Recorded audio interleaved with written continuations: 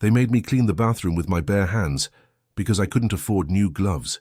The words escaped Maria's lips in a whisper so quiet that even she could barely hear them over the clatter of dishes in the kitchen behind her. Her knees pressed against the cold tile floor of Romano's Fine Dining, the most prestigious restaurant in downtown Chicago, where she had scrubbed and cleaned for 3 long years without a single day off. Welcome back, friends. Tell me what city you're watching from or what time it is where you are. I hope this story finds you well and ready for what might be the most important lesson you'll hear today. Maria Elena Vasquez knelt in the staff bathroom at 5:47 a.m., her weathered hands submerged in a bucket of ice-cold water mixed with industrial bleach. The chemical smell burned her nostrils and made her eyes water, but she didn't dare complain. At 62, she had learned that complaints were luxuries she couldn't afford, not when her job at Romano's was the only thing standing between her and the streets of Chicago.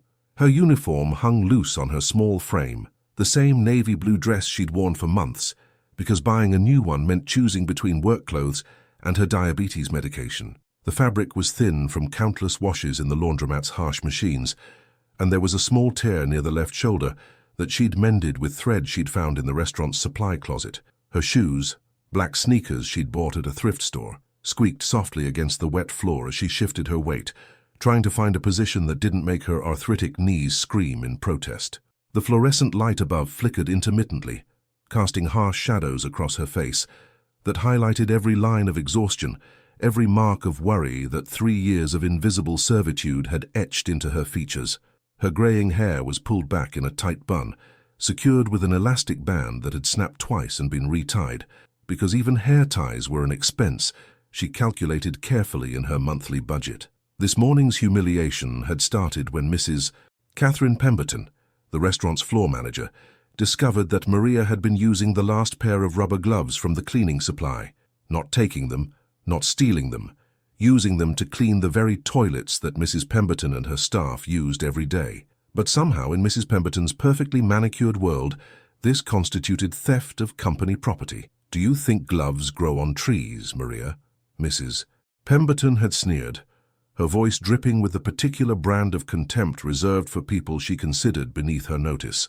She was a woman in her 40s who wore her authority like expensive jewelry, flashing it at every opportunity to remind everyone of their place in her carefully constructed hierarchy. Her blonde hair was always perfectly styled, her nails always immaculate, her clothes always pressed and proper. Everything Maria was not allowed to be. "Mrs. Pemberton, I was just trying to do my job properly," Maria had replied softly, her accent still thick after 30 years in America, each word carefully chosen to avoid any hint of disrespect that might cost her the position she desperately needed to survive. "Your job is to clean, not to help yourself to supplies that cost this restaurant money. If you can't afford your own gloves, then use your hands. It builds character." Mrs.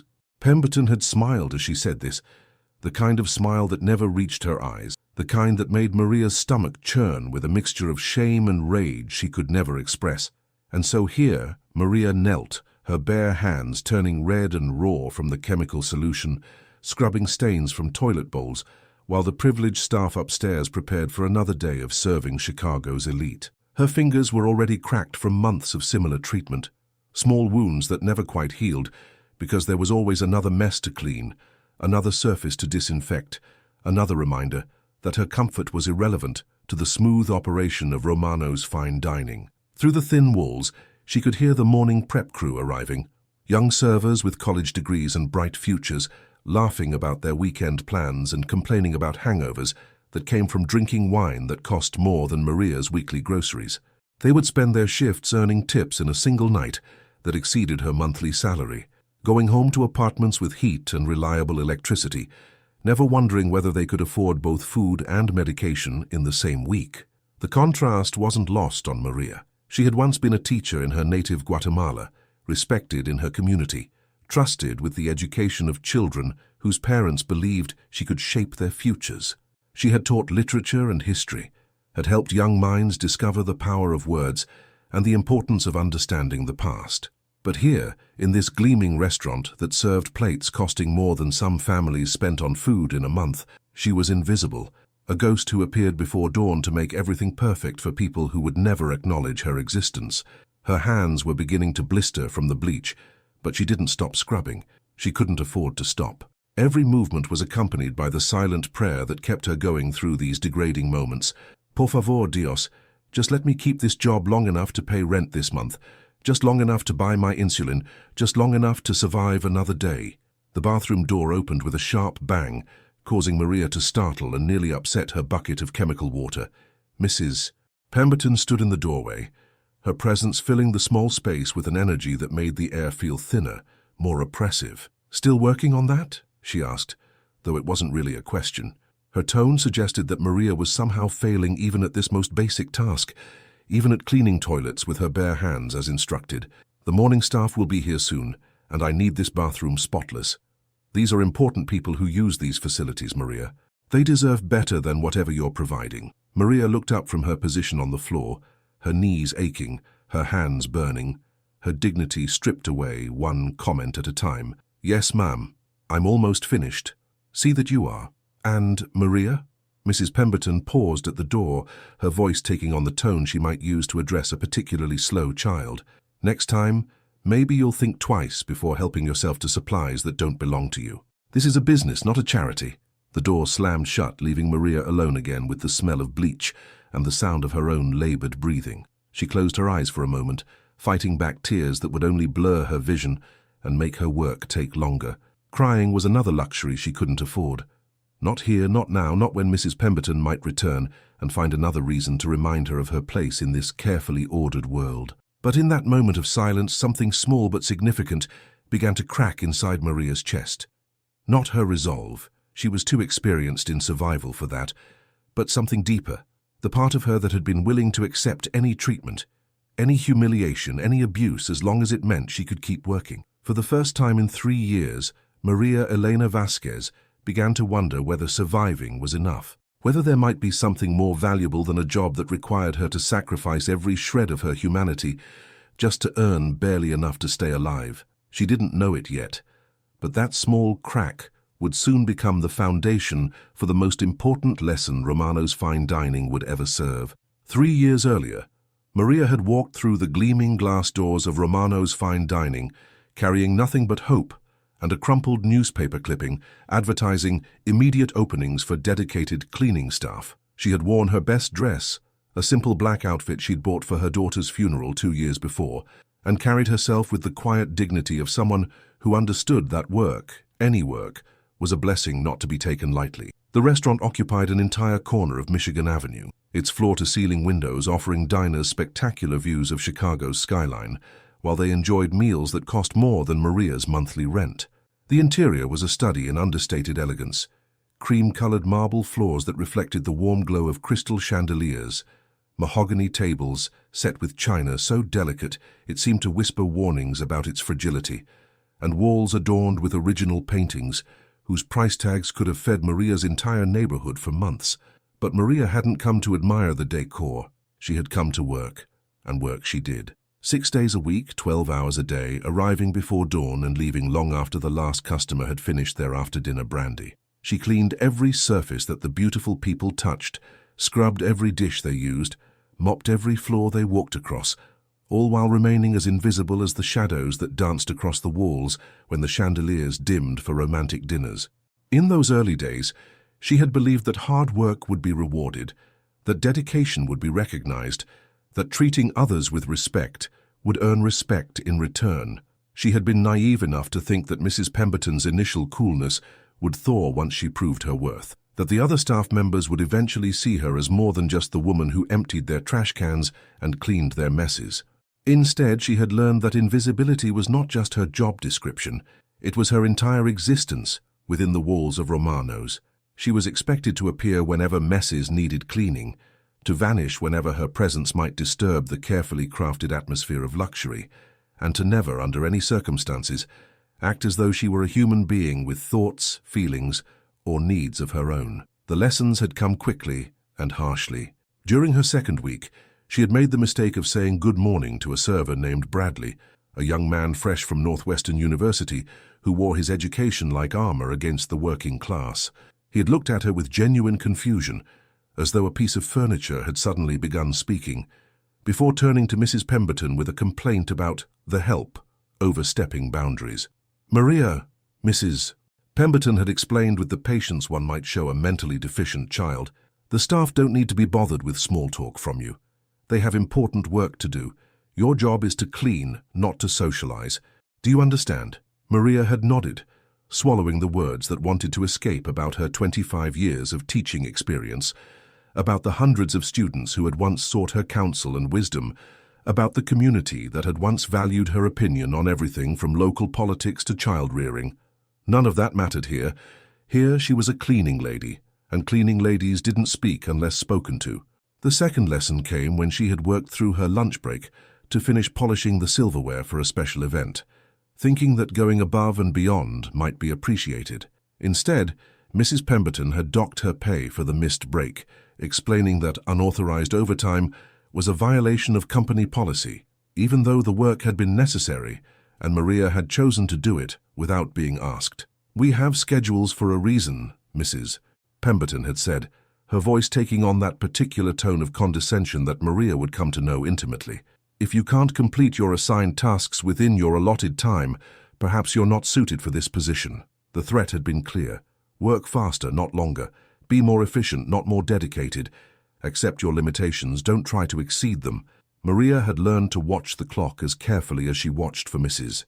Pemberton's disapproving glances, timing her movements to fit within the narrow confines of what was expected, and nothing more. The third lesson had been the most painful. During her first Christmas at Romano's, Maria had noticed that the staff exchanged gifts, small tokens of appreciation that created a sense of camaraderie among the servers, bartenders, and kitchen staff. Thinking she might be included in this tradition, she had saved for weeks to buy a small potted poinsettia for the break room, something that might brighten the sterile space where everyone ate their hurried meals. She had arrived early that Christmas Eve morning, carrying the plant wrapped in tissue paper, her heart lighter than it had been in months. But when she placed it on the break room table next to the other gifts, Mrs. Pemberton had swept in like a winter storm, her face flushed with indignation. "What is this?" she had demanded, pointing at the innocent red flowers as though they were evidence of some terrible crime. "Just a little Christmas gift for everyone," Maria had replied, her voice barely above a whisper. "Christmas gifts are exchanged between colleagues, Maria. You are not a colleague, you are an employee. There's a difference." Mrs. Pemberton had picked up the plant with 2 fingers, holding it away from her body as though it might contaminate her. "This is inappropriate and unprofessional. Please remove it immediately." Maria had taken her poinsettia home that night, its bright red blooms seeming to mock her foolish hope that she might belong somewhere, that someone might value her enough to include her in their celebrations. The plant had died within a week, forgotten on her windowsill while she worked extra hours to make up for the money she'd wasted on a gesture that had only served to highlight her outsider status. The fourth lesson, and perhaps the cruelest, had come 6 months later when Maria's arthritis flared so severely that she could barely grip her cleaning supplies. She had mentioned her condition to Mrs. Pemberton, not to complain but simply to explain why her movements were slower than usual, why she might need a few extra minutes to complete her tasks. "If you can't perform your job duties," Mrs. Pemberton had replied, without a trace of sympathy, "perhaps you should consider finding work that's more suitable for someone your age. Romano's requires full capability from all its employees." The message was clear. Weakness would not be tolerated. Age was a liability, and Maria's decades of experience meant nothing if her body couldn't keep pace with the demands of maintaining perfection for people who would never acknowledge her sacrifice. These lessons had accumulated like scar tissue over Maria's heart, each one teaching her to expect less, to hope for nothing, to accept whatever scraps of dignity she was allowed to keep. She learned to eat her lunch standing in the supply closet because the break room was for staff only, and she was something less than staff. She learned to use the service entrance even when the front door was closer, because her presence might disturb customers who paid premium prices for an experience that didn't include reminders of the people who made their luxury possible. She learned to invisible herself so completely that servers would bump into her while she was cleaning their tables, genuinely surprised to discover that she was there. She learned to work around conversations as though she were deaf, to ignore comments about her appearance, her accent, her age, her presumed intelligence, all while maintaining the grateful smile of someone who knew that complaints would only accelerate her journey back to unemployment. But perhaps the most insidious lesson of all was learning to measure her worth by the standards of people who had never faced a choice between medication and food, who had never slept in a cold apartment because heat was a luxury beyond reach, who had never calculated whether they could afford the bus fare to get to work. Maria began to internalize their dismissive glances, their casual cruelty, their assumption that her circumstances were evidence of personal failings rather than systemic inequalities. She started to believe that maybe she did deserve the treatment she received. Maybe Mrs. Pemberton was right to remind her constantly of her place. Maybe the servers were justified in their indifference. Maybe she was lucky to have any job at all, and wanting respect, dignity, or basic human decency was asking too much from people who already paid her barely enough to survive. "You should be grateful," Mrs. Pemberton reminded her regularly. "There are plenty of people who would love to have your job," and Maria had been grateful. Pathetically, desperately grateful for the privilege of being treated like a piece of equipment that could clean and scrub and mop, but couldn't think or feel or dream. Grateful for wages that left her choosing between groceries and prescriptions. Grateful for work that destroyed her body and diminished her spirit, but kept her from joining the homeless population that slept in doorways just blocks from the restaurant. But gratitude, Maria was beginning to understand, was a poison that had been slowly killing her soul, one small humiliation at a time. As she finished cleaning the staff bathroom that morning, her hands still burning from the bleach, Maria Elena Vasquez looked at her reflection in the mirror above the sink. The woman staring back at her was a stranger, bent, broken, invisible even to herself. Somewhere along the way she had lost Maria the teacher, Maria the mother, Maria the woman who had once believed she deserved to be treated with dignity. The question that would haunt her for the rest of the day was simple but revolutionary. When had she given others permission to decide what she was worth? The morning that would destroy everything Maria thought she knew about her place in the world began like any other, with her arriving at Romano's at 4:30 a.m. to prepare the restaurant for another day of serving Chicago's elite. But today was different. Today was the monthly inspection by the restaurant's owner, Mr. Romano himself, a man so removed from the daily operations that most staff members had never seen him in person. Mrs. Pemberton had been in a particularly vicious mood all week, snapping at everyone and conducting what she called deep cleaning audits that seemed designed more to humiliate than to improve cleanliness standards. She had made Maria re-clean the same bathroom 3 times the previous day, finding new faults each time. A water spot on the mirror that was practically invisible, dust on a light fixture that required a ladder to reach, fingerprints on a door handle that had been touched after Maria's cleaning. "Mr. Romano expects perfection," Mrs. Pemberton had announced during the morning staff meeting, her voice sharp with nervous energy. "Any employee who embarrasses this establishment today will be looking for new employment tomorrow. Are we clear?" Maria had nodded along with the others, though she knew the threat was primarily directed at her. In Mrs. Pemberton's world, the cleaning staff were always the most likely source of embarrassment, the weak link that could damage the restaurant's reputation simply by existing visibly enough for important people to notice. The inspection began at 10 a.m., with Mr. Romano and his entourage of assistants conducting their tour, while Mrs. Pemberton followed behind, like an anxious mother, hoping her children would behave. Maria had been banished to the storage areas, told to make herself useful, organizing supplies, while the important people examined the dining room, kitchen, and other public spaces. She was arranging cleaning supplies on metal shelving when she heard her name being called from the main dining room. The voice was Mrs. Pemberton's, but there was something different about its tone, a note of panic that made Maria's stomach clench with dread. "Maria, get out here immediately." Maria dropped the bottles she was holding and hurried toward the dining room, her worn sneakers squeaking against the polished floors. She emerged from the storage area to find Mrs. Pemberton standing beside a table near the large windows, her face flushed with embarrassment and fury. Beside her stood a distinguished man in an expensive suit, Mr. Romano, and 2 other people who looked like they belonged in boardrooms rather than restaurants. "There she is," Mrs. Pemberton announced, pointing at Maria as though she were a criminal being identified in a lineup. "The employee responsible for this situation." Maria approached slowly, her heart hammering in her chest as she tried to understand what had gone wrong. The table looked perfectly clean to her eyes, The white tablecloth was spotless. The silverware gleamed. The crystal glasses caught the morning light without a single water spot or fingerprint. "What situation?" Maria asked quietly, her voice barely audible in the large dining room. Mr. Romano gestured toward the table with the impatience of a man unaccustomed to having his time wasted. "Mrs. Pemberton tells me you were responsible for setting this table yesterday evening." "Yes, sir," Maria confirmed, still confused. "Is something wrong?" "Wrong?" Mrs. Pemberton's voice rose to a pitch that made several servers in the nearby stations turn to stare. "You used the wrong silverware pattern, the Bordeaux setting instead of the Milano. Do you have any idea how much these place settings cost? Do you understand that we have very specific standards for different types of service?" Maria stared at the table, trying to see whatever error had caused such fury. The forks, knives, and spoons looked identical to her, all polished, all properly positioned, all arranged with the careful precision she had learned through 3 years of practice.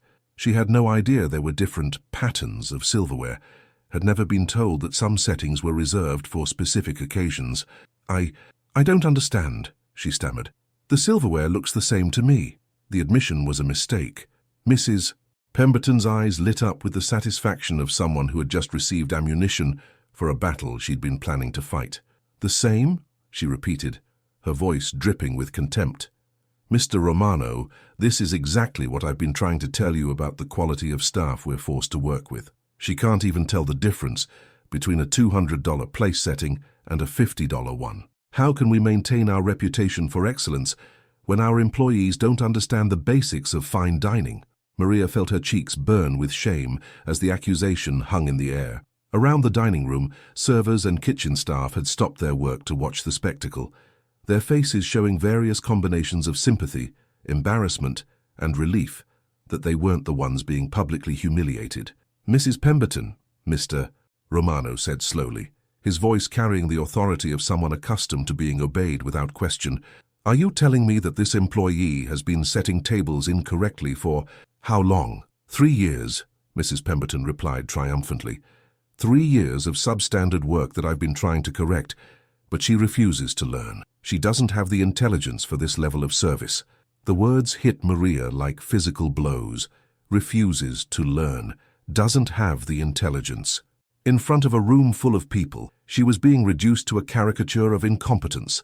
Her 3 years of dedicated service rewritten as evidence of failure and stupidity. "I was never taught about different patterns," Maria said quietly, her voice shaking with the effort to remain respectful. "No one ever explained—" "Don't make excuses," Mrs. Pemberton snapped.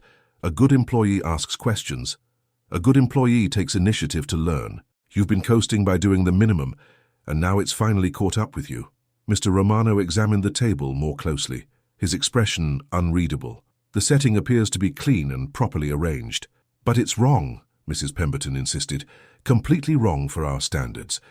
This is exactly the kind of carelessness that could damage our reputation if the wrong client noticed." Maria wanted to scream that she had been setting tables exactly the way Mrs.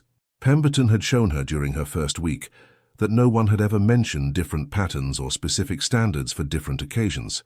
She wanted to point out that in 3 years, not a single customer had complained about the silverware, that her tables had always been spotless and precisely arranged.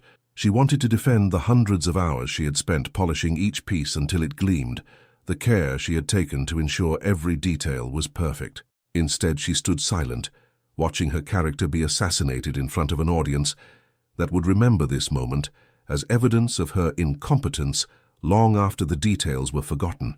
"Perhaps," Mr. Romano suggested, "additional training might resolve this issue." "With respect, sir," Mrs. Pemberton replied, "I've tried training her. Some people simply don't have the capacity for this level of work. We need employees who can represent Romanos properly, not this."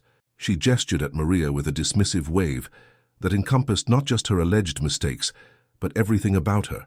Her age, her accent, her worn uniform, her existence as a person who cleaned up after others for a living. But then Mrs. Pemberton made the revelation that would shatter Maria's world completely.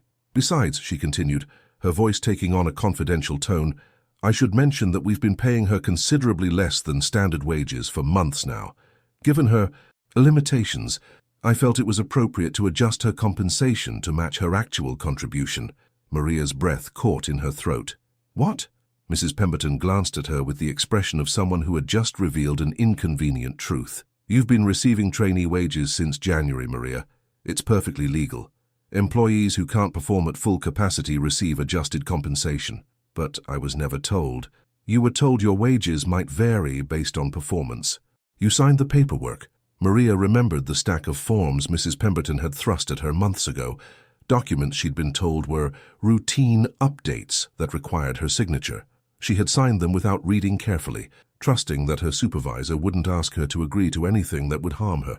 The betrayal cut deeper than any insult about her intelligence or competence. For 5 months she had been working for even less than the poverty wages she'd started with, barely enough to cover her rent and medication, while Mrs. Pemberton had been treating her reduced circumstances as a source of personal satisfaction. "You've been stealing from me," Maria said, the words escaping before she could stop them. The dining room went completely silent. Mr. Romano's eyebrows rose. Mrs. Pemberton's face turned an alarming shade of red. "Excuse me?" Mrs. Pemberton's voice was dangerously quiet. "You reduced my pay without telling me why. You made me sign papers without explaining what they meant. You've been taking money from someone who can barely afford to live." Maria's voice was growing stronger, fueled by a rage that had been building for 3 years. "I've never missed a day of work. I've never been late. I've cleaned every mess, scrubbed every surface, done everything you've asked and more. And you repaid me by stealing from my paycheck? How dare you? How dare you?" Maria's voice echoed through the dining room, carrying with it the accumulated pain of 1,000 small humiliations. "I was a teacher for 25 years. I educated children.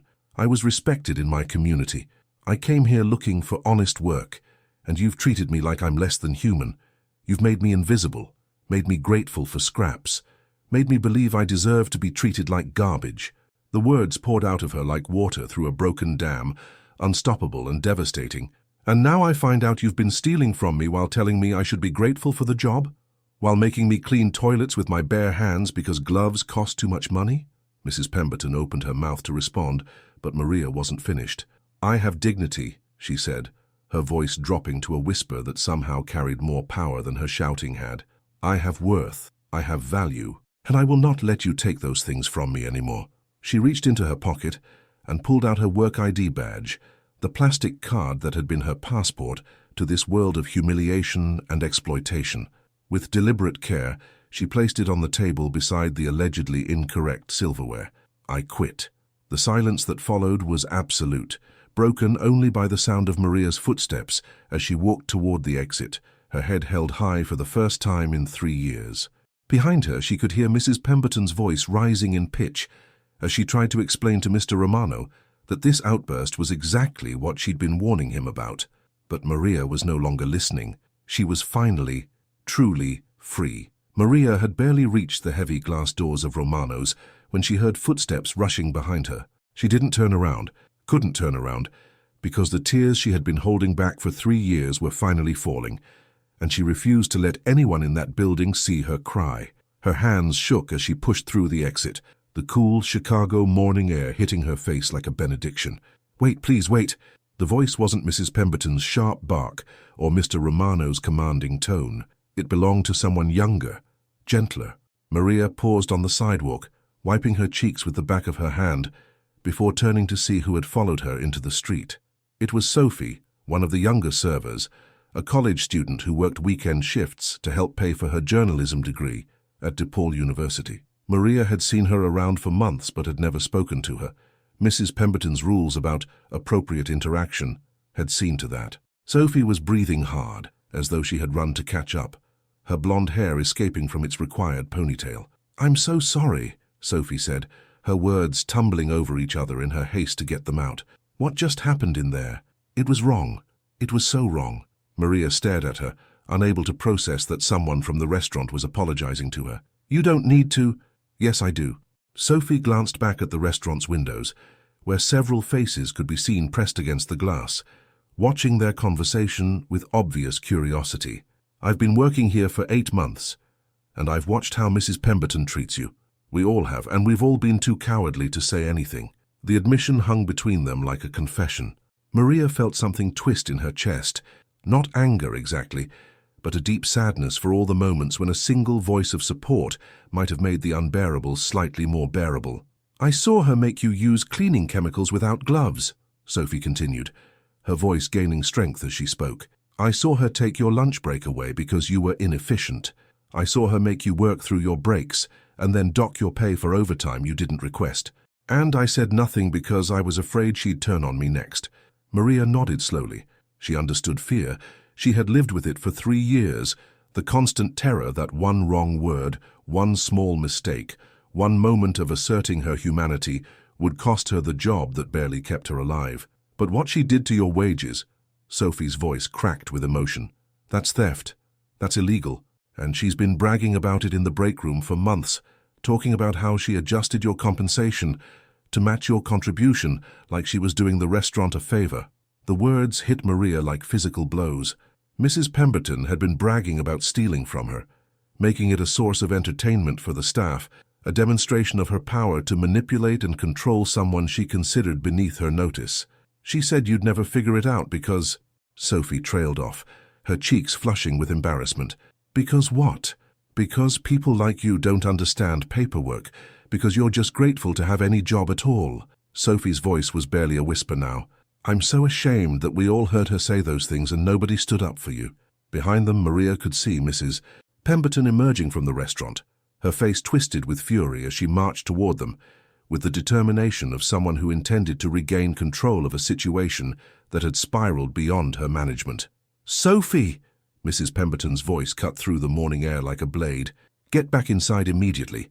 We have customers arriving soon, and I won't have you gossiping on the street like some common—" "No." The word came out of Sophie's mouth with surprising force. "I won't." Mrs. Pemberton stopped dead in her tracks, clearly not having expected resistance from someone she considered a pliable employee. "Excuse me?" "I said no." Sophie stepped closer to Maria, a gesture of solidarity that was small but felt monumental to a woman who had been isolated for so long. "What you did to Maria is wrong. What you've been doing to her for years is wrong, and I'm not going to pretend anymore that it's acceptable." "Young lady, you are walking a very dangerous line." "The dangerous line was crossed when you started stealing from Maria's paycheck," Sophie shot back. "That's illegal. That's fraud. And now that I know about it, I can't unknow it." Mrs. Pemberton's face went through several color changes as she processed the implications of Sophie's words. "You don't understand the complexities of personnel management." "I understand right from wrong." Sophie pulled out her phone, her fingers moving quickly across the screen. "And I understand that Maria deserves better than what you've given her." "What are you doing?" Mrs. Pemberton demanded, her voice rising to the pitch that usually made employees scramble to obey her commands. "I'm calling my professor at DePaul, the one who teaches labor law. I think she'd be very interested in hearing about wage theft and hostile work environments." Sophie looked directly at Mrs.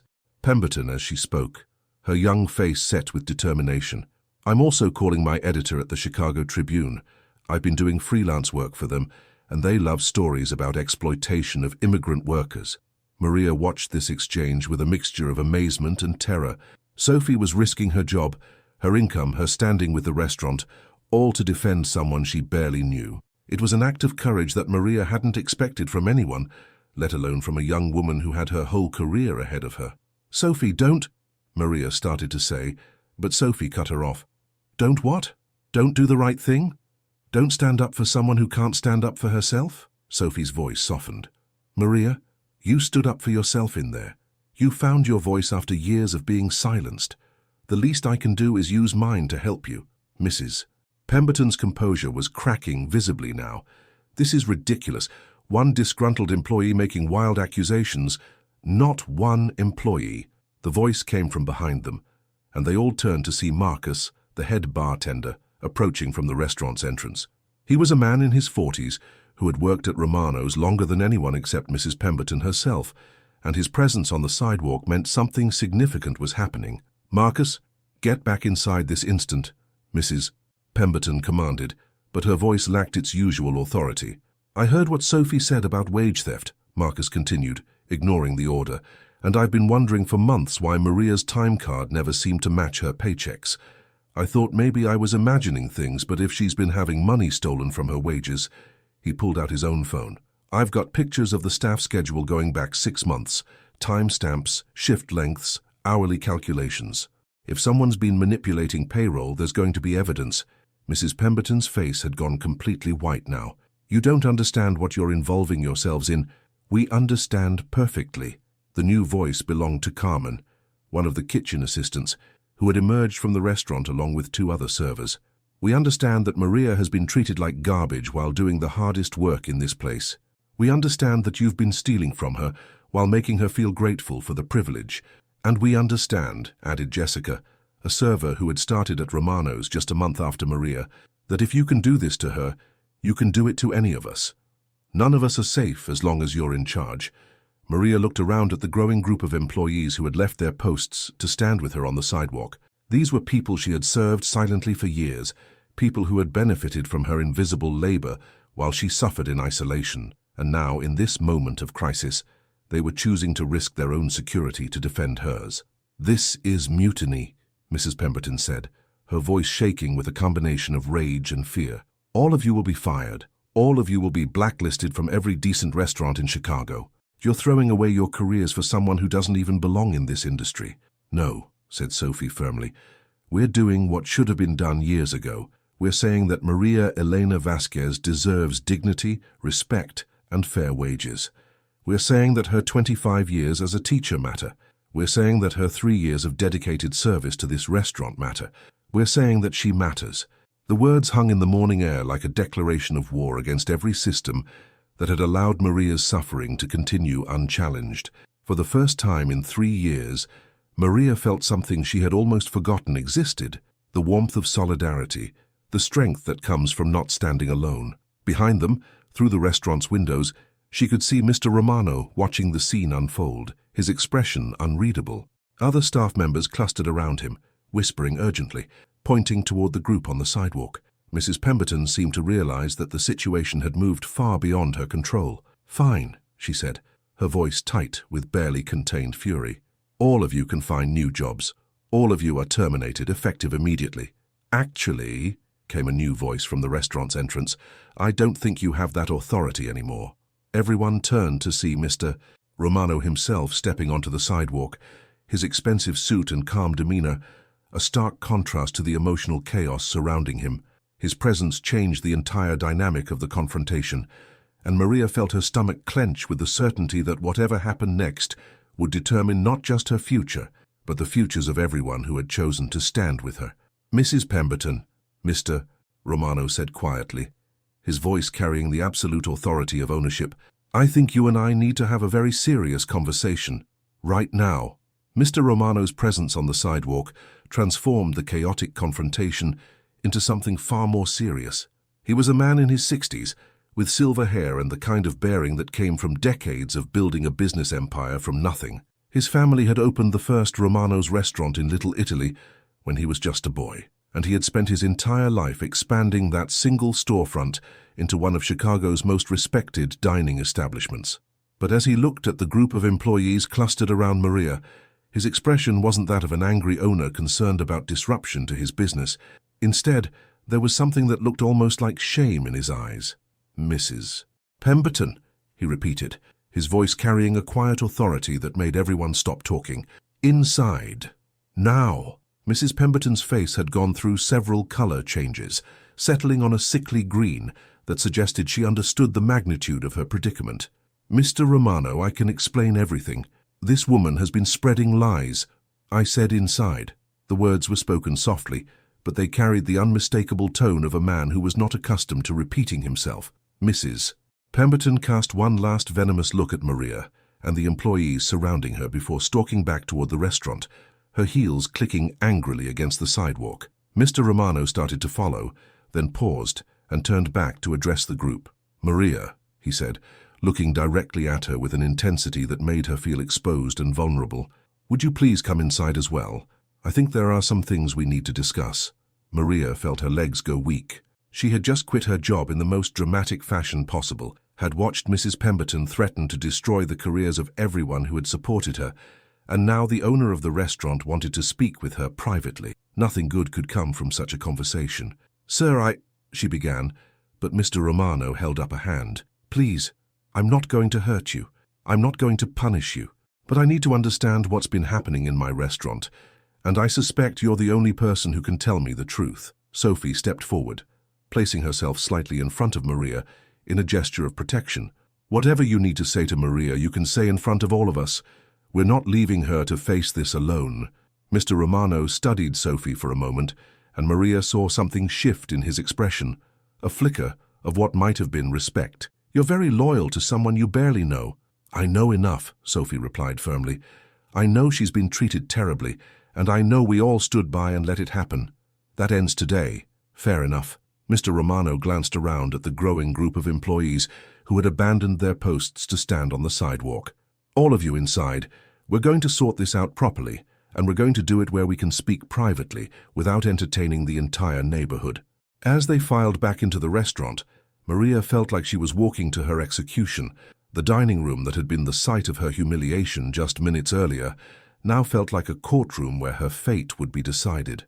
The beautiful tables and gleaming surfaces seemed to mock her with their perfection, reminding her of how out of place she had always been in this world of luxury and pretension. Mr. Romano gestured for everyone to sit at the large table near the windows, the same table where the allegedly incorrect silverware had sparked this entire crisis. The irony wasn't lost on Maria as she took a seat in one of the expensive chairs she had cleaned thousands of times but never been invited to use. Mrs. Pemberton remained standing, her posture rigid with defiance. Mr. Romano, I hope you're not going to allow a disgruntled employee to damage this establishment's reputation with baseless accusations. Catherine. Mr. Romano's use of her first name carried a warning that made her fall silent immediately. Sit down, and don't speak unless I ask you a direct question. The command was delivered with such quiet authority that Mrs. Pemberton had no choice but to comply, though her face showed her fury at being treated like a subordinate. In front of the staff, she had ruled through fear and intimidation. Mr. Romano turned his attention to Maria, his expression unreadable. Maria, I understand you've been working here for 3 years. Yes, sir. Her voice was barely above a whisper. And in those 3 years, how would you describe your experience? The question hung in the air like a challenge. Maria glanced around the table at the faces watching her, Sophie's encouraging nod, Marcus's supportive expression, the other employees who had risked their jobs to stand with her. For 3 years, she had been conditioned to minimize her suffering, to express gratitude for whatever scraps of dignity she was allowed to keep. But something had changed in her during those moments on the sidewalk when she had finally found her voice. Difficult, she said finally. Very difficult. Can you be more specific? Maria took a breath and began to speak, slowly at first, then with growing confidence as the words she had been holding back for 3 years finally found their way out. She told him about the bathroom cleaning without gloves, the missed meal breaks, the social isolation, the constant criticism and condescension. She described the Christmas gift rejection, the overtime pay theft, the systematic erosion of her dignity through 1,000 small cruelties. As she spoke, she watched Mr. Romano's expression change from neutral interest to growing concern to what looked like genuine horror. He asked questions, specific, detailed questions that suggested he was taking her seriously in a way that no one at Romano's ever had before. And the wage reduction, he said finally. When did that begin? January, Maria replied, but I wasn't told about it. Mrs. Pemberton had me sign papers that she said were routine updates, but apparently I was agreeing to reduced pay because of my limitations. Mr. Romano turned to Mrs. Pemberton, his face dark with anger. Catherine, is this true? The employee's performance had declined, Mrs. Pemberton said defensively. I felt it was appropriate to adjust her compensation to reflect her actual contribution to the establishment. It's within my authority, as floor manager, to... It's fraud. The words came from Sophie, who had pulled out her phone and was reading from the screen. I just spoke with my labor law professor. Reducing someone's wages without clear notification and consent is wage theft. It's a federal crime. Mr. Romano's jaw tightened. Catherine, show me the paperwork Maria signed. I don't see why... Show me the paperwork. Now. Mrs. Pemberton reluctantly produced a folder from behind the host station, her hands shaking slightly as she placed it on the table. Mr. Romano examined the documents with the careful attention of someone who understood legal language, his expression growing darker with each page. These papers don't mention wage reduction anywhere, he said finally. They're standard employment updates. There's nothing here that would inform Maria that her pay was being cut, nothing that explains the reason for the reduction, nothing that gives her the opportunity to contest the decision. She should have read more carefully. She should have been told the truth. Mr. Romano's voice exploded through the dining room with such force that several employees jumped in their seats. This woman has been working for poverty wages while you've been stealing from her paycheck and lying about it. This is exactly the kind of behavior that destroys businesses and ruins lives. He stood up from the table, his composure finally cracking. Do you have any idea what you've done? Do you understand that this kind of exploitation could cost us our business license, our reputation, everything my family has built over 40 years? Mrs. Pemberton's defiance was crumbling visibly. I was protecting the restaurant's interests. You were protecting your own petty authority by abusing someone you thought couldn't fight back. Mr. Romano's voice was cold with disgust. You took advantage of Maria's circumstances, her need for work, her fear of unemployment, and you used that vulnerability to treat her like she was less than human. He turned to face Maria, and she was surprised to see something that looked like genuine remorse in his eyes. Maria, I owe you an apology, not just for what Catherine did, but for the fact that it happened in my restaurant, under my watch for 3 years, and I never knew about it. Sir, you don't need to— Yes, I do. This is my responsibility. I hired Catherine. I trusted her to manage my staff with fairness and respect. I failed to create systems that would prevent this kind of abuse, and most importantly, I failed you. The apology hung in the air, unprecedented in Maria's experience of working at Romano's.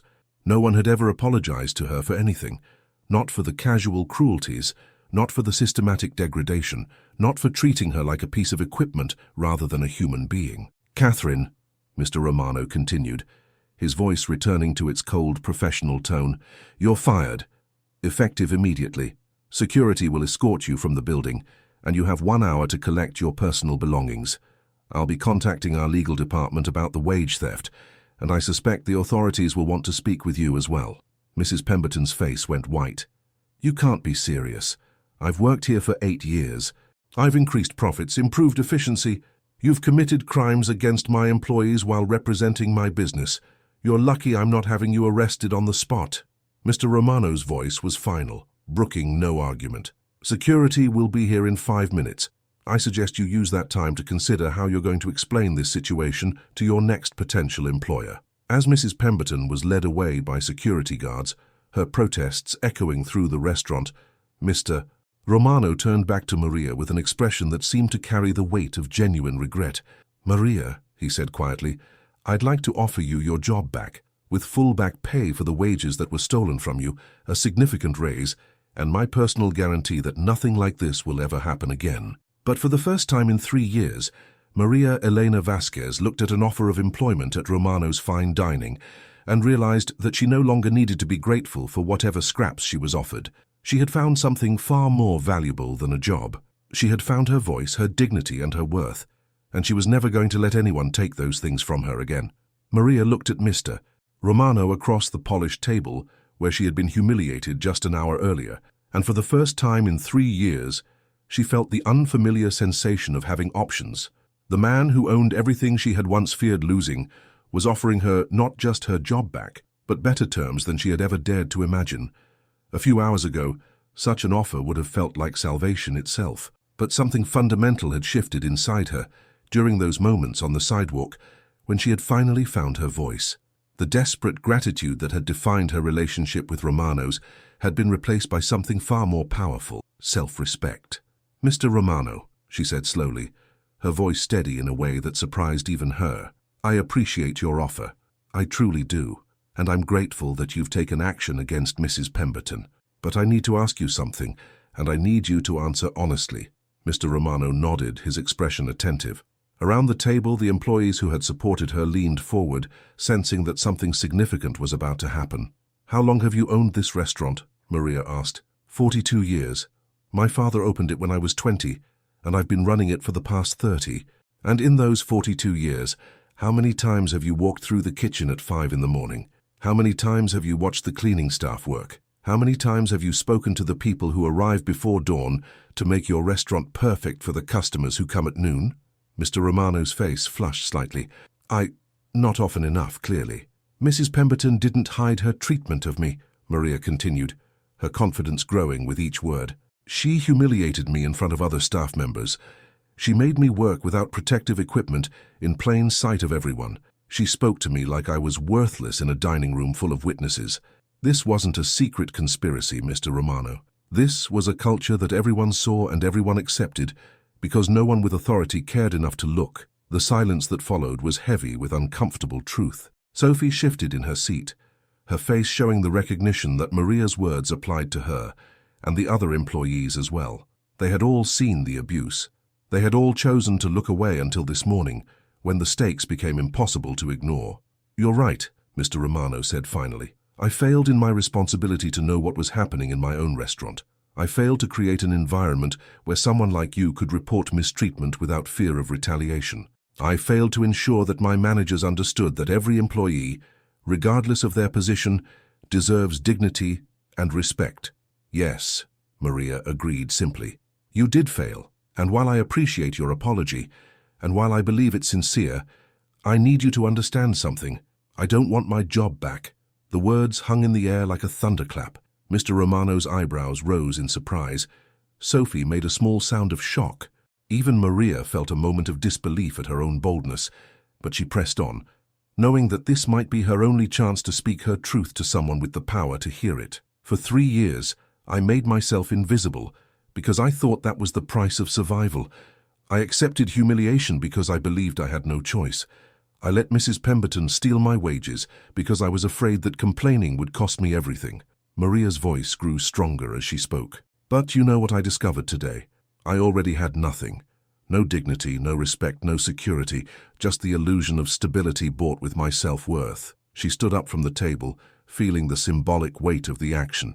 For 3 years, she had cleaned around these chairs, had moved them to mop beneath them, had polished their surfaces while remaining forever excluded from sitting in them.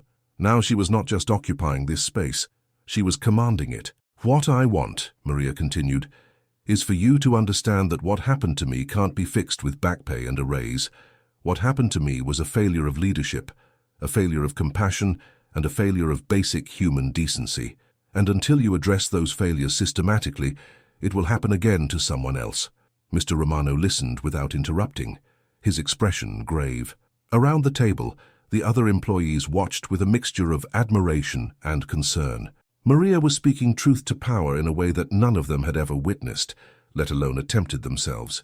"You want to make this right?" Maria asked. "Then make changes that matter. Create policies that protect vulnerable employees. Establish systems for reporting abuse without retaliation. Train your managers to see cleaning staff as human beings worthy of respect. Pay living wages that don't force people to choose between medication and food. And most importantly, be present in your own restaurant. Know the people who make your success possible." She paused, letting her words sink in before delivering her final point. "But don't offer me a job as your solution. I deserve better than being your redemption story." The silence that followed was profound. Mr. Romano stared at her with an expression of amazement, as though he were seeing her clearly for the first time. When he finally spoke, his voice carried a respect that had been entirely absent from his earlier interactions with her. "You're absolutely right," he said simply, "and you're remarkable." "I'm not remarkable," Maria replied. "I'm just a woman who finally remembered her own worth. The remarkable thing would be if you actually follow through on creating the changes that would prevent another Maria from suffering the way I did." Mr. Romano nodded slowly. "What would you do? I mean, if you're not going back to cleaning, which I completely understand now, what are your plans?" For the first time since this conversation began, Maria smiled. It was a small smile, but it carried more genuine happiness than she had felt in years.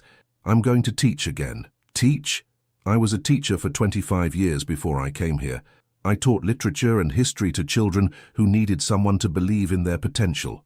I gave that up because I thought I was too old, too tired, too worn down by life to inspire young minds. But today I remembered something important. Wisdom isn't diminished by hardship. Sometimes it's refined by it." Sophie leaned forward eagerly. "There are programs for adult education, immigrant services, community centers that need experienced teachers. My journalism professor would know about openings. She's always talking about the need for bilingual educators." "Exactly," Maria said, her smile growing brighter. "I have knowledge to share, stories to tell, lessons that go beyond textbooks. I can teach English to people who feel voiceless in this country. I can help other immigrants understand their rights, their worth, their potential. I can make sure that no one else accepts treatment, like what I endured, simply because they don't believe they deserve better." As she spoke, Maria felt something she hadn't experienced in years: excitement about the future. Not the desperate hope of someone clinging to survival, but the genuine anticipation of someone who had rediscovered their purpose. "But first," she continued, turning back to Mr. Romano, "I want to make sure that the money Mrs. Pemberton stole from me is returned, not as a favor, not as charity, but as what's owed to me. And I want a written record of what happened here, documentation that Mrs. Pemberton was fired for wage theft and employee abuse. If she tries to get another management position, her future employers should know what kind of person they're considering." "Of course," Mr. Romano agreed immediately.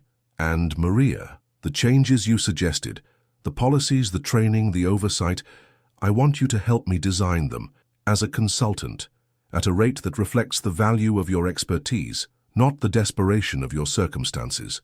Maria considered this offer carefully. Working with Romanos in a consulting capacity would be entirely different from returning as an employee. She would have authority, respect, fair compensation, and the opportunity to create real change that could protect future workers from the abuse she had endured. "I'd be willing to discuss that," she said finally, "but only if the changes are real, not cosmetic. Only if you're committed to transforming the culture of this restaurant, not just managing its public relations problem." "I understand. And Maria?" Mr. Romano stood as well, extending his hand in a gesture of respect. "Thank you for your honesty, for your courage, and for showing me what leadership actually looks like. I've learned more about running a business in the past hour than I did in the previous 10 years. As Maria shook his hand, she felt the symbolic completion of a journey that had begun with her on her knees, scrubbing toilets with her bare hands. She was no longer the invisible woman who cleaned up after others. She was no longer the grateful victim who accepted whatever treatment she was given. She was Maria Elena Vasquez, teacher, survivor, advocate, and living proof that dignity could never be permanently stolen, only temporarily forgotten. And now that she had remembered who she was never going to let anyone make her forget again. The employees around the table broke into spontaneous applause, their faces showing the kind of genuine admiration that Maria had never thought she would inspire again. But more importantly, she saw something else in their expressions, the recognition that if she could transform herself from victim to victor, perhaps they too could find the courage to demand better from their own lives. Change, Maria realized, was contagious, and she was just getting started spreading it. 6 months later, Maria Elena Vasquez stood before a classroom full of adult learners at the Pilsen Community Education Center, her voice strong and confident as she guided them through a lesson about American labor rights. The morning sun streamed through tall windows, illuminating faces of varying ages and backgrounds, immigrants from Mexico, Guatemala, El Salvador, and Somalia, all united by their determination to build better lives in a country that didn't always make space for their dreams.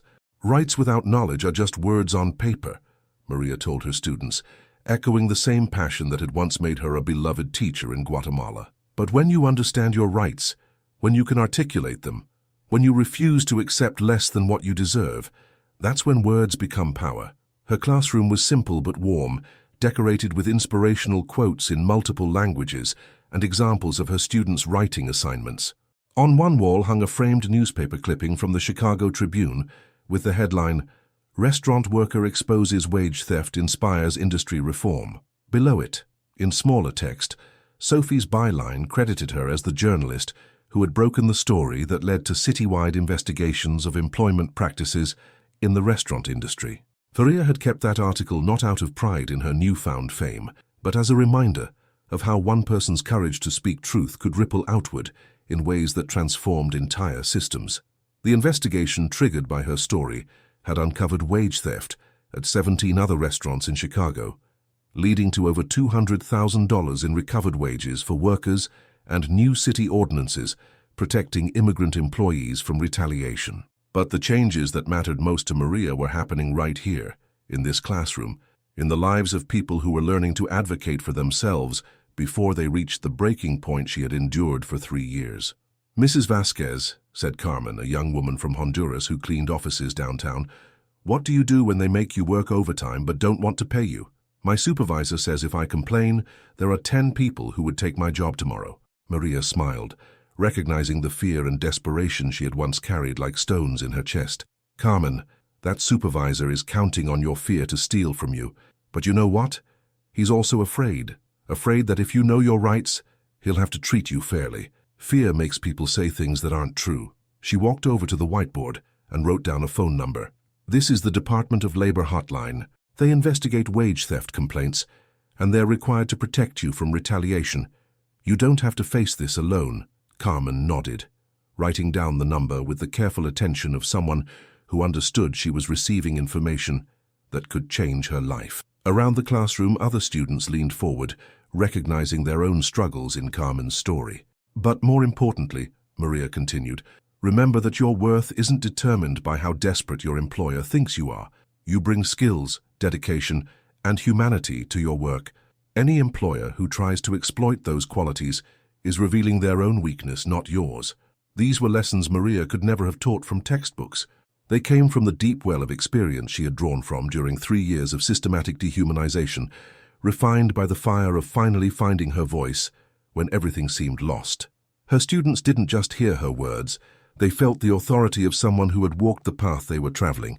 During the break, Maria checked her phone and found a text message from Sophie, who had become not just a friend but a collaborator in the ongoing work of exposing workplace abuse in Chicago's service industry. "Just interviewed 3 more workers from Romano's. The changes Mr. Romano implemented are actually working. Employees feel safe reporting problems, wages are transparent, and the new management training is getting rave reviews. You started something amazing." Maria smiled as she read the message. Romano's fine dining had indeed become a model for how restaurants could treat their workers with dignity while maintaining their commitment to excellence. Mr. Romano had hired Maria as a consultant for 6 months, during which she had helped design comprehensive employee protection policies, living wage standards, and management training programs that emphasized respect for workers at every level. The changes hadn't been cosmetic. Every employee now received clear documentation of their wages, overtime policies, and workplace rights. A confidential reporting system allowed workers to address problems without fear of retaliation.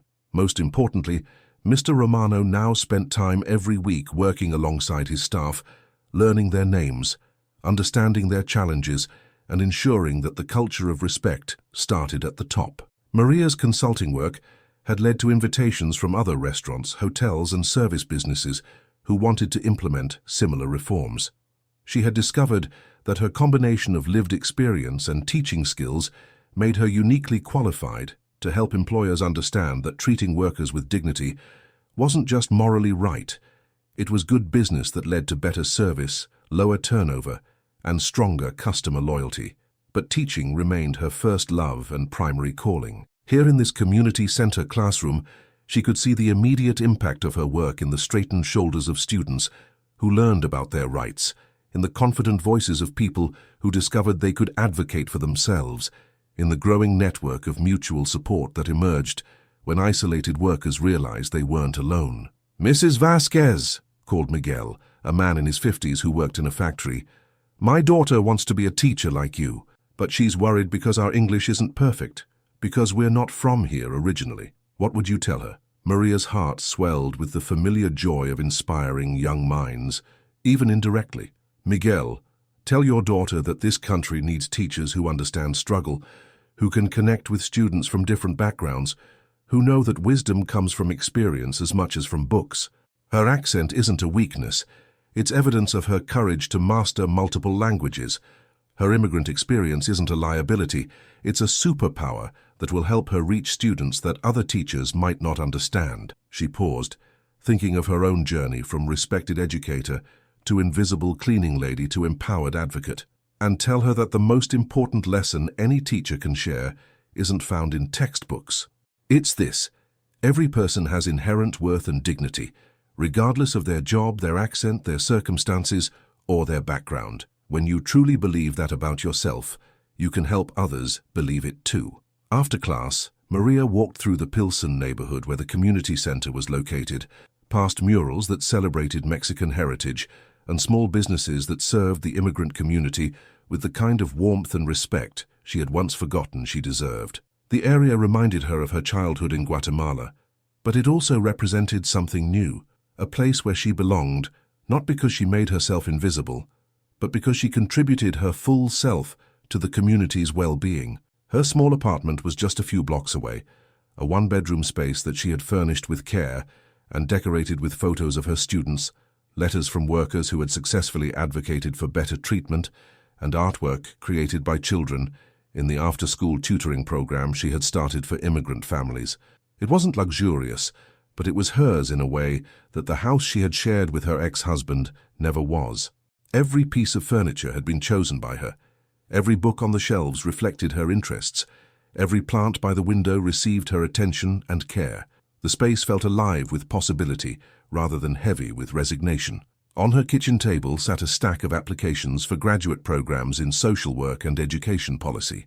At 62, Maria was considering returning to school herself, driven by a desire to expand her impact and develop new skills for advocating on behalf of vulnerable workers. Age, she had learned, was not a barrier to growth. It was simply another source of wisdom to be leveraged for positive change. Her phone rang, displaying a number she recognized as belonging to Elena Rodriguez, a former student who now worked as an advocate for the Chicago Workers' Coalition. "Mrs. Vasquez?" Eleanor's voice was excited. "I just wanted to let you know that the City Council approved the new Workplace Protection Ordinance, the one modeled after the recommendations you developed for Romanos. Starting next year, all businesses with more than 10 employees will be required to provide clear wage documentation, anti-retaliation policies, and worker education about their rights." Maria felt a deep satisfaction settle in her chest. This was how real change happened, not through dramatic confrontations or media attention, but through the patient work of building systems that protected people who couldn't protect themselves. That's wonderful, Elena. But remember, laws are only as strong as the people who enforce them. We need to keep teaching workers to recognize their rights and advocate for themselves. Absolutely. And Mrs. Vasquez, I've been thinking about going back to school to become a teacher like you. I want to reach people before they end up in situations like you experienced at Romanos. Maria smiled, recognizing the ripple effect of courage spreading from one person to another, from her classroom to the broader community, from individual transformation to systemic change. Elena, that's exactly what this world needs. More teachers who understand that education isn't just about information, it's about empowerment. It's about helping people realize their own worth and giving them the tools to demand that others recognize it too. As she hung up the phone, Maria looked out her window at the bustling street below, where people of all backgrounds went about their daily lives with the dignity that should be every person's birthright. Some of them were her former students. Some were workers she had helped through her consulting work. Some were simply neighbors living their lives with the confidence that came from knowing they belonged in this community. 6 months ago, Maria Elena Vasquez had been invisible, desperate, and convinced that survival was the best she could hope for. Tonight she was a teacher, an advocate, a consultant, and a living example of the truth she shared with her students every day, that every person has inherent worth that cannot be diminished by circumstances, destroyed by cruelty, or stolen by those who profit from desperation. But perhaps most importantly, she had rediscovered the joy of waking up each morning with purpose, with dignity, and with the unshakable knowledge that her voice mattered, her experience had value, and her future held infinite possibilities for making the world a little more just for everyone who had ever felt invisible. The woman who had once cleaned toilets with her bare hands now taught others to reach for the stars, and she was just getting started. 1 year after that life-changing morning at Romano's Fine Dining, Maria Elena Vasquez stood at the podium of the University of Chicago's Harris School of Public Policy, addressing an auditorium filled with graduate students studying labor relations and social justice. Her silver hair was styled professionally, her navy blue dress was new and well-fitted, and her voice carried the confidence of someone who had learned that wisdom earned through suffering was among the most valuable currencies in the world. "When people ask me what the most important moment of my story was," Maria began, her words carrying clearly through the lecture hall, "they expect me to say it was when I finally spoke up to my abusive supervisor, or when the restaurant owner apologized, or when I decided to become a teacher again, but that's not the truth. She paused, making eye contact with students who leaned forward in their seats, drawn by the authenticity in her voice. The most important moment was when I looked in that bathroom mirror and asked myself a simple question. When did I give others permission to decide what I was worth? The auditorium was completely silent, except for the soft scratching of pens as students took notes, recognizing that they were hearing something far more valuable than academic theory. For 3 years, I had convinced myself that survival was enough, Maria continued. I told myself that having any job was better than having no job, that any wages were better than no wages, that any treatment was acceptable as long as it kept me housed and fed. But survival isn't living. Survival is just existing, and human beings were created for so much more than mere existence. In the front row, she spotted Dr. Sarah Chen, the professor who had invited her to speak after reading about Maria's work in transforming workplace cultures across Chicago. Dr. Chen's research focused on the intersection of immigration policy and labor rights, and she had told Maria that her story represented a masterclass in how individual courage could create systemic change. The lesson isn't that you should quit your job if your boss is cruel, Maria clarified, knowing that many in the audience might be struggling with their own workplace challenges. The lesson is that you must never ever forget your inherent worth as a human being, regardless of your circumstances. When you remember your worth, you start making different choices. When you make different choices, you create different outcomes. When you create different outcomes, you inspire others to do the same. She clicked to the next slide of her presentation, which showed a photograph of her current classroom at the community center. This is where I work now. Not because it pays more than cleaning, it doesn't. Not because it's easier, it isn't. I work here because it honors what I have to offer the world. It recognizes my experience, my knowledge, my capacity to help others grow and learn. Another click brought up a photograph of Romano's fine dining, but this image showed employees gathered around a table for their monthly staff meeting, their faces relaxed and engaged in a way that would have been impossible under Mrs. Pemberton's reign of fear. Romano's restaurant implemented every change I recommended, Maria said with visible pride. Employee turnover dropped by 70%. Customer satisfaction scores reached all-time highs. Productivity increased because workers felt valued rather than threatened. Mr. Romano learned that treating people with dignity isn't just morally right, it's also profitable. Respect, it turns out, is good business. The next slide showed a newspaper clipping. Chicago passes Comprehensive Worker Protection Act. The legislation, directly inspired by Maria's story and the investigation it triggered, had become a model for other cities across the country. But the real measure of change isn't in policies or profit margins, Maria said, her voice growing warmer. It's in the individual lives that are transformed when people realize they don't have to accept abuse as the price of survival. She clicked to a collage of photos showing her former students.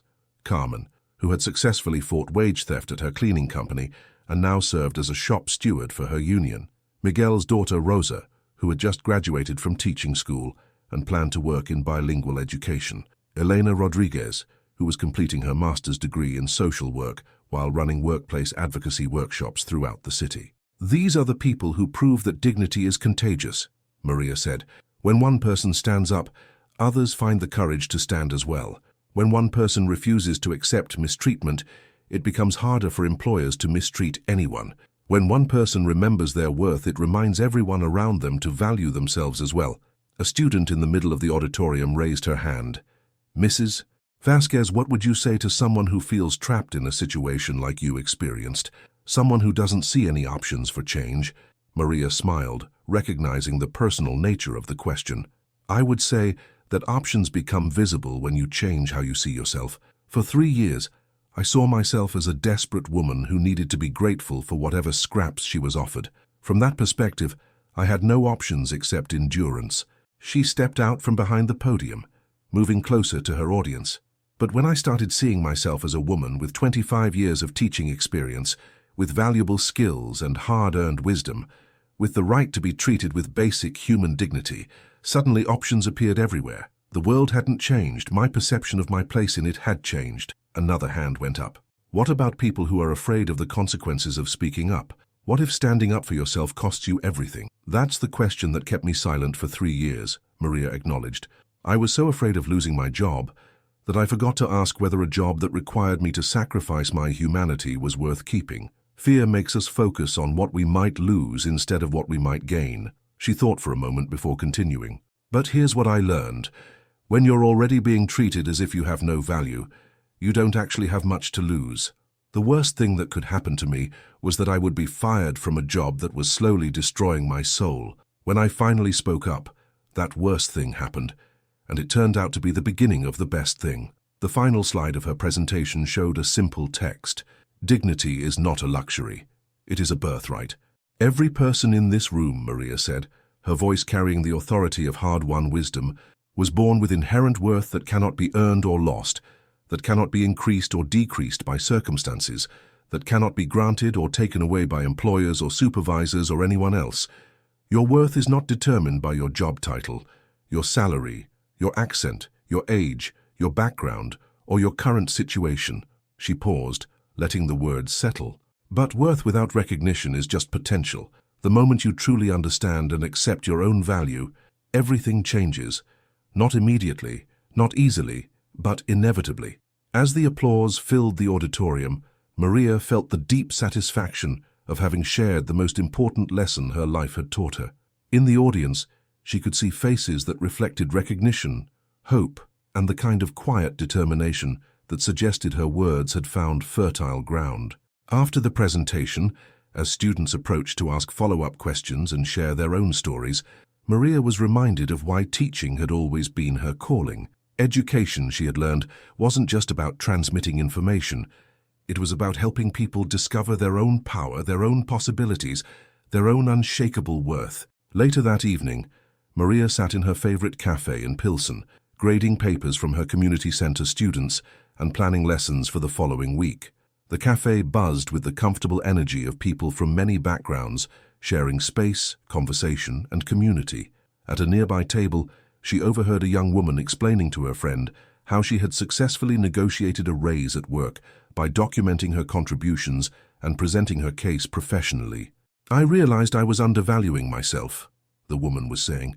"Once I started asking for what I was worth, my employer started treating me like I was worth it."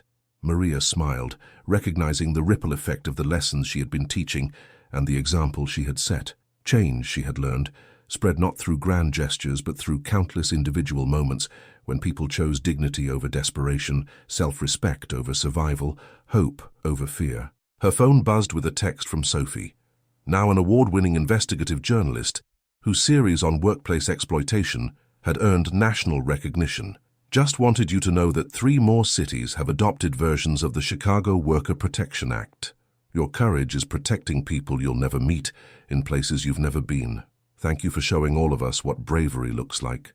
As Maria walked home through the streets of her neighborhood, past murals celebrating the dignity of working people and small businesses that treated their employees as family, she reflected on the journey that had brought her from desperation to purpose, from invisibility to influence, from survival to true living.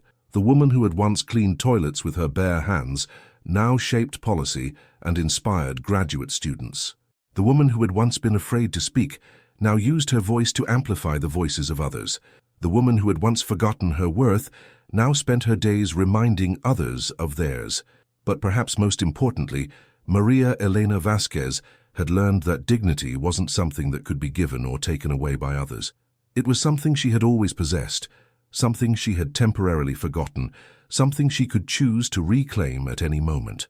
And in reclaiming it, she had not only transformed her own life, she had started a movement that would continue long after her story was told. In the lives of every person who learned that they too deserved to be treated with respect, valued for their contributions and recognized for their inherent worth as human beings, the most powerful lesson of all was the simplest. When you know your worth, the world has no choice but to acknowledge it. And when you use your voice to help others remember their worth, you create change that echoes through generations. Have you ever experienced a situation where you felt invisible, undervalued, or treated with less dignity than you deserved? Or do you know someone who has faced similar challenges in their workplace or community? If Maria's story touched your heart and reminded you of the importance of treating every person with dignity and respect, please leave a like and subscribe to this channel. Your support helps spread these important messages to people who need to hear them, creating ripples of positive change in workplaces and communities everywhere. Congratulations!